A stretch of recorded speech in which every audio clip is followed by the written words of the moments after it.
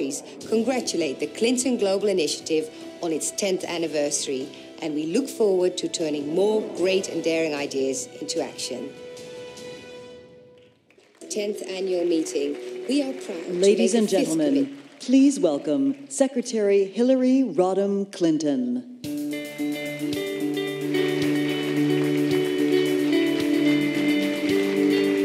Good afternoon, everyone. Thank you so much, and we're thrilled that you are here for what will be another great set of announcements. I'd like to welcome Jane Werwand of Dermalogica, Mark Coles of Choice and North America's Building Trades, and Tim Buchanan of Barrick Gold to the stage. Every young person in this country deserves a fair shot at the American dream. Yet today there are nearly 6 million young people between the ages of 16 and 24 in the United States who are both out of school and out of work. That is a staggering amount of untapped potential for our country and our economy. It's heartbreaking because that's a huge number of talented young Americans who have dreams and aspirations but are disconnected from the world of education and work. To address this challenge, at the CGI America meeting in June, I announced a new Clinton Foundation effort called Job One, to start developing momentum and best practices on youth employment that can be replicated across the country and, we hope, even across the world. As part of Job One, 10 major employers made CGI America commitments to action to create or expand training, hiring, and mentoring programs for young people. We also had 2 business-led NGOs commit to mobilize their networks of small and medium-sized employers. Because as we all know, to solve this challenge, we need more than 10, more than 100, or even 1,000 businesses. We need an all-hands-on-deck approach.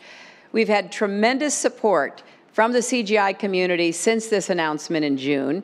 And yesterday, to help kick it off here, I met with nearly 20 CEOs and other leaders to discuss how we can work together to create new opportunities. Today, CGI held a meeting of the new U.S. Youth Employment Action Network, where we welcomed new companies interested in taking on this issue and premiered a new PSA campaign to educate employers on how youth engagement strengthens their bottom line. So now I'm pleased to announce 3 new commitments to action from CGI members dedicated to recognizing underserved youth as real sources of talent and innovation.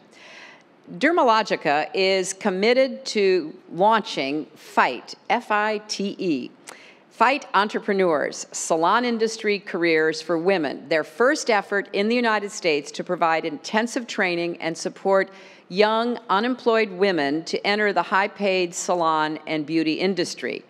Now, as you might imagine, I absolutely love this idea. Next, North America's Building Trades is committed to creating a new pre-apprenticeship program in their new Choice program in the greater Washington, Baltimore, and Northern Virginia region, so that the area's unemployed young people get skills and support from organized labor, businesses, and nonprofits to enter the skilled construction industry. And let me add that I'm delighted Job One is bringing together labor and management to work together on this very important mission. It's a model for how CGI is supposed to work and our country is supposed to work. So thanks to our friends in the building trades for leading the way. And finally, the Barrick Gold Corporation is committing to creating a local talent base in Nevada through strategic partnerships and investments in the Western Shoshone tribal communities to improve school, graduation, vocational education, and local career pathways. Now, having traveled all over our country and to 112 nations around the world, I've learned over and over again that while talent is universal, you can find it anywhere and everywhere, opportunity is not. There's so much potential, so much talent waiting in our tribal communities and other places where opportunity rarely reaches. Every one of our young people deserves a fair shot. So thanks to Barrick Gold for this commitment. Please join me in congratulating all of our commitment makers, Dermalogica, North America's Building Trades, and Barrick Gold.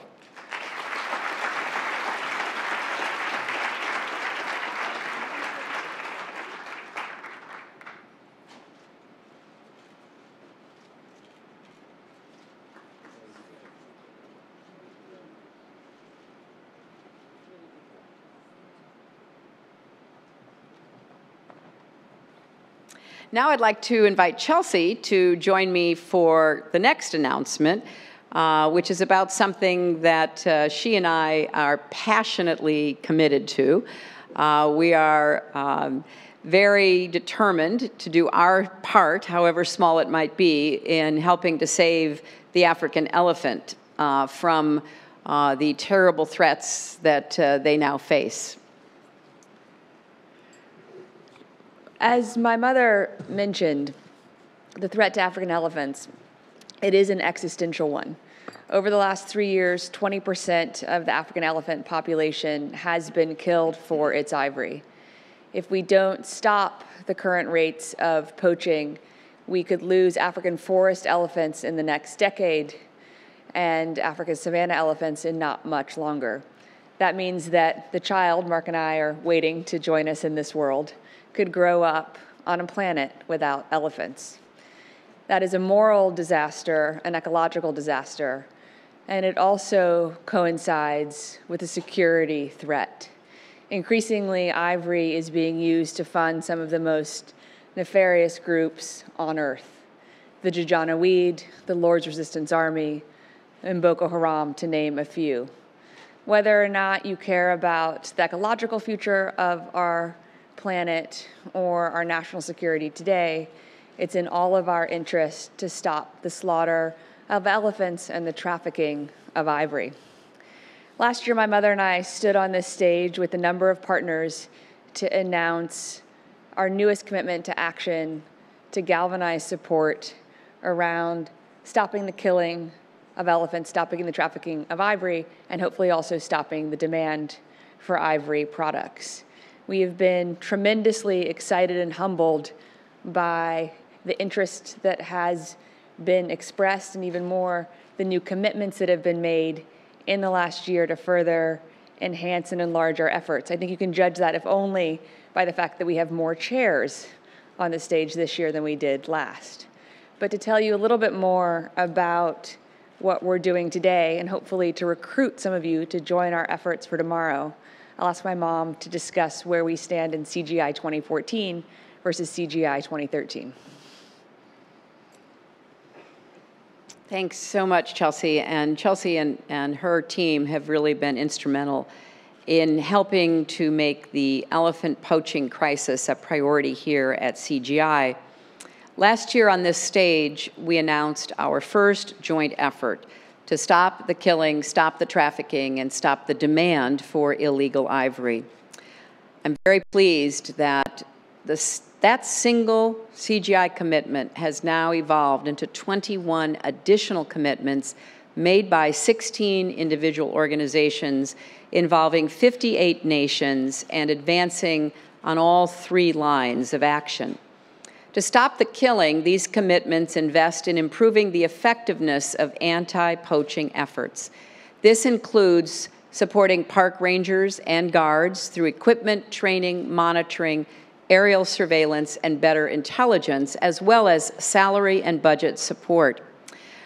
These rangers are so brave, and over the last years, hundreds of them have been murdered by the poachers, leaving their families, widows, mostly orphaned children. And so it's a dangerous occupation. Everything we can do to help countries have better protective security operations by using more rangers strategically is something we're committed to. To stop the trafficking, the Elephant Action Network will support governments taking action to strengthen enforcement at ports and markets, intelligence-led crackdowns on illicit networks, securing ivory stockpiles, and reforming laws and penalties. And finally, these commitments are working to reduce demand for illicit ivory in consumer countries and raise awareness of the causal link between the purchase of ivory products and the elephant poaching crisis in Africa. I'm very pleased that this year both New York and New Jersey passed groundbreaking laws that increase the penalties, the criminal penalties, for those who sell and traffic in ivory. In a moment, I will invite President Bongo of Gabon to speak on behalf of this broad coalition of African and Asian nations. But first, I want to recognize a number of additional supporters of this effort who are here with us today. I'm pleased to welcome senior members of the Obama administration, including Kathy Novelli, Undersecretary of State for Economic Growth, Energy, and Environment, Dr. Michelle Gadd of the Fish and Wildlife Service, and former Undersecretary of State for Public Diplomacy, Judith McHale, who chairs President Obama's Advisory Council on Wildlife Trafficking. I'm very grateful that the Obama administration has made this a major priority in the last year, and these three women are key to the implementation of that. I'm also delighted that representatives of Singapore and Cambodia are with us. East Asia represents the biggest market for illegal ivory, so the presence and support of these nations sends a particularly encouraging message. Now, it is my great pleasure to call to the stage the following: His Excellency Mahinda Rajapaksa, President of the Democratic Socialist Republic of Sri Lanka; His Excellency Jakaya Kikwete, President of the Republic of Tanzania; His Excellency Binilith Mahengi, the Minister of the Environment of the Republic of Tanzania; His Excellency Bongo Ondimba, President of the Gabonese Republic; His Excellency Pham Binh Minh, Deputy Prime Minister and Foreign Minister of the Socialist Republic of Vietnam; His Excellency Harry Kalaba, Foreign Minister of the Republic of Zambia; Mrs. Dominique Ouattara, First Lady of the Republic of Cote d'Ivoire; Mrs. Margaret Kenyatta, First Lady of the Republic of Kenya; and the Honorable Catherine Novelli, United States Undersecretary of State for Economic Growth, Energy, and the Environment. And now please welcome President Bongo, who will speak on behalf of the African and Asian nations that are both gathered here and those who are working with us. Mr. President, please sit down.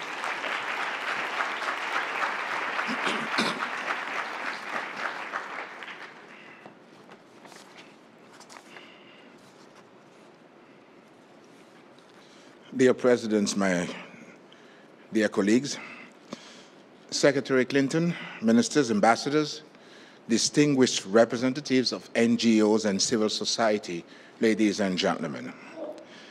Last year, at the invitation of Hillary and Chelsea, I joined several of my fellow African presidents, as well as NGO leaders, on stage here at the Clinton Global Initiative. Our aim was to shine the international spotlight on ivory poaching crisis in Africa and to make a commitment to work together to turn the tide. In London in February of this year, at the invitation of Her Majesty's government and their Royal Highnesses Princes Charles, William, and Harry, we convened again to discuss global solutions to wildlife crime. It was at that event that Gabon, home of 2/3 of the forest elephants, joined with Botswana, home of 2/3 of the savanna elephants, as well as Chad, Ethiopia, and Tanzania, to launch the African Protection Initiative, EPI. Our intention was threefold. Firstly, to create a platform that would stimulate African governments to come together and develop African solutions to save our iconic elephant. Secondly, to encourage consumer nations to take action to close all illegal markets for ivory, specifically calling for at least a 10-year moratorium on ivory trade with the intention to maintain the moratorium until elephant populations have recovered. And thirdly, to encourage partner governments and NGOs to mobilize the technical and financial support in tandem with our own commitments that will be necessary to secure a viable future for elephants throughout their range. It is very promising that we have been able to bring EPI and CGI together today. And I take this opportunity to encourage you all to join with EPI and CGI in calling for a moratorium and to work with us to undertake concrete actions to save Africa's elephants. Our collective actions will determine the future of Africa's savanna and forest elephants.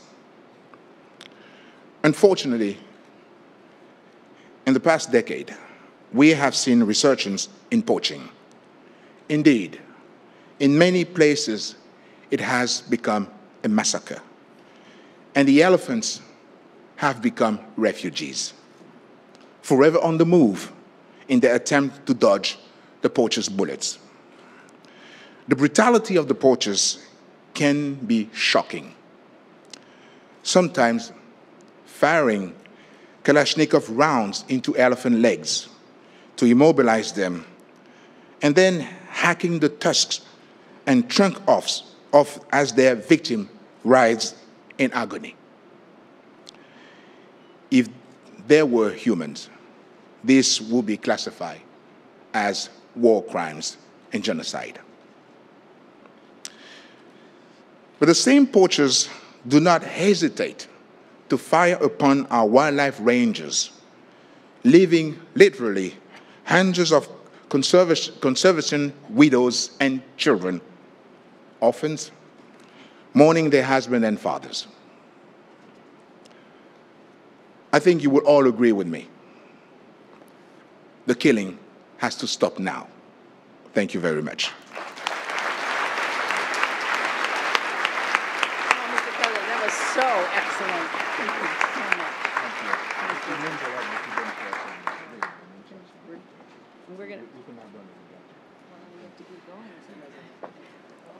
We're now going to ask some of our commitment makers to join us along with the presidents and other distinguished officials. Rick Holtzman, Animal Planet, Dr. Layli Lichtenberg, African People and Wildlife Fund, Dr. Patrick Bergen, African Wildlife Foundation, Andy Wilson, Conservation International, Dr. Peyton West, Frankfurt Zoological Society in the United States, Azadine Downs, International Fund for Animal Welfare, Christian Dietrich of Interpol, Jenny Lombardo, Made for New York Fashion Week, Nick Redding, Safe Kenya, Dr. Ian Douglas Hamilton, Save the Elephants, Brian Finley, the Stimson Center, Glenn Prickett, the Nature Conservancy, Sean Wilmore, the Thin Green Line International Ranger Federation, Dr. Christian Samper, Wildlife Conservation Society, Jeanette Helmley, the World Wildlife Fund. These are very important NGOs who are working on the front lines, working with the leaders and others whom you see before you. And we are so grateful to each and every one of these commitment makers. Please recognize the importance of their mission and their dedication to being successful on behalf of the African elephant.